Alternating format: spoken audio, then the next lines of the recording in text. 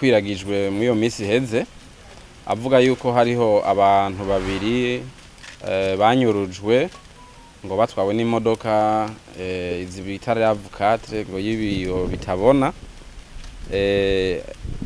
abajeje umutekano barakoze amatohoza hanyuma basanga nta kunyuruzwa kwabayeho kw'abo bantu ko bahavuye babafatira mu ntara ya Bujumbura ku itariki ya 5 y'ukwezi kwa gatatu uyu mwaka w'ibihumbi 2024 abo nabo ni Nshimirimana Wilson hamwe na Ahishakiye Eric.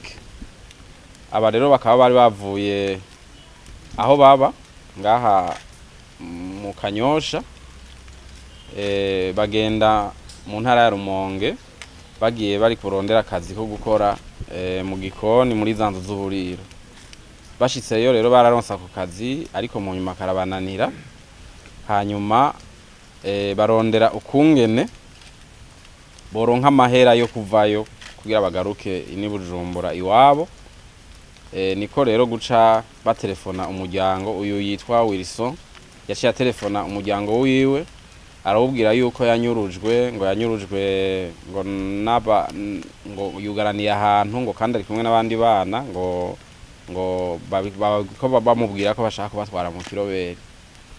Hanyuma niho rero amatohoza yacaba abo bantu baratinda baraboneka kandi amatohoza yerekana yuko amatohoza yakozwe n'abajije ubutohoza akoresheje ubuhinga bwa none yarerekanye ko abo bantu babiri batigeze bava aho mu ntara ya Rumonge kuko bo bavuga ko ngo babanyuruje babajana mu Makamba, batelefone bavuga yuko ngo bugaranirwa ahantu mu nzu mu ntara ya Makamba, ariko amatohoza y'ubuhinga yerekanye ko abantu batigeze bava mu Rumonge kandi abo nyene babajijwe baciye bishura yuko ivyo bari babigize kugira baronka amafaranga imiryango yabo babaha amafaranga yo kugaruka mu ntara ya Bujumbura. Ico nashaka kubamenyesha rero mfatiye kuri uburorero bubiri bw'inyuruzwa ry'abantu nuko icaha cyo kunyuruza abantu n'icaha kimwe mu vyaha vyinshi bikorwa ngaha mu Burundi canke mu bindi bihugu cyo kwisi bikorwa kwisi yose. Ni icaha rero gikorwa igihambaye kuri iki caha nico kimwe mbere no ku bindi vyaha nuko inzego ziba zijejwe amatohoza ziheza zigatohoza neza kugira ngo abantu baba banyurujwe baboneke baba bazima canke batakiri bazima. Nivyo rero amatohoza aheza gakora, ariko hari n'igihe bataboneka muri ico gihe urumva abajejwe amatohoza bo bagomba bakora akazi kabo. Aha rero twagomba gusubira gukebura nkuko twabivuze inyifato abantu bakwiye kugira mu gihe bamenye kwico caha cyo kunyuruza abantu cabaye. Igihe cose ubonye yuko hariho abantu umuntu utabona yaba wawe canke umugenzi canke uwundi muntu wese uzi ukabona utakimubona ukikanga ko yoba yaranyurujwe, ikintu cambere ukwiye kugira nukubimenyesha inzego zijejwe gukora amatohoza.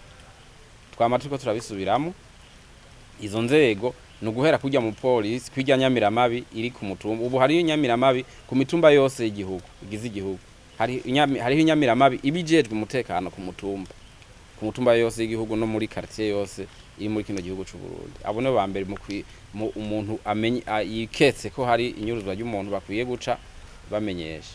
Haruhande yabo hariho Nyamiramabi zisanzwe ziri ku migwa mikuru y'amakomine yose agize Burundi ko ari 119, mbere hari nabari ku migwa mikuru y'amazone agize Burundi. Nyamiramabi zijejwe amatohoza. Haruhande yabo hariho abo mu abajejwe intwaro, murazi yuko nabo nyene gushika gwahera hejuru gushika no hasi ku mutumba ku gacimbiri kuri nyumba kumwe abo baba bariho.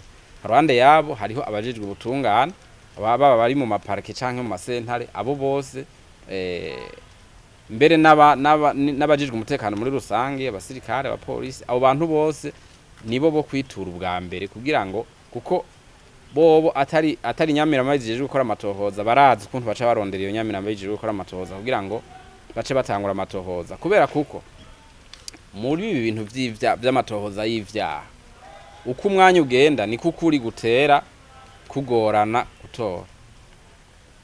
Uko umwanya ugenda niko ukuri gutera kugorana gutora. Rero umuntu agiye guteba urashobora gusanga ayo makuru iwawe agiye kuzokoreshwa canke gushikira abategeza kuyakora akaba kabaye atacugikiza. Aha rero tukebura hanini abantu aho baza guta umwanya baza gucisha amakuru ajanywe n'ivyo vyaha ahataco baza kubafasha. Ukabotanga bagiye kuyandika kuri za gihuri, bagiye kwandikira abantu bakorera kuri za gihuri n'abantu batanubahuka no kwivuga amazina yabo.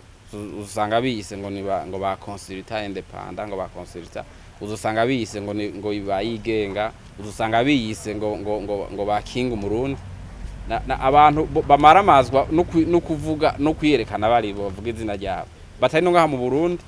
Ugasanga biyise ngo ba Pacifique nahaswe, ba Bobo Rurika, abantu bari ku birometero amajana n'amajana, ukaza kumuha inkuru ngo agutabariza heko baje badakorana n'inzego zitohoza zo ngaha mu Burundi. Abo bose nababwiye batohoza ntibakorana nabajya kuko bajya ahubwo bari mu baronderwa n'ubutungane beshi bwo ngaha mu Burundi. None aronderwa we yogufasha iki?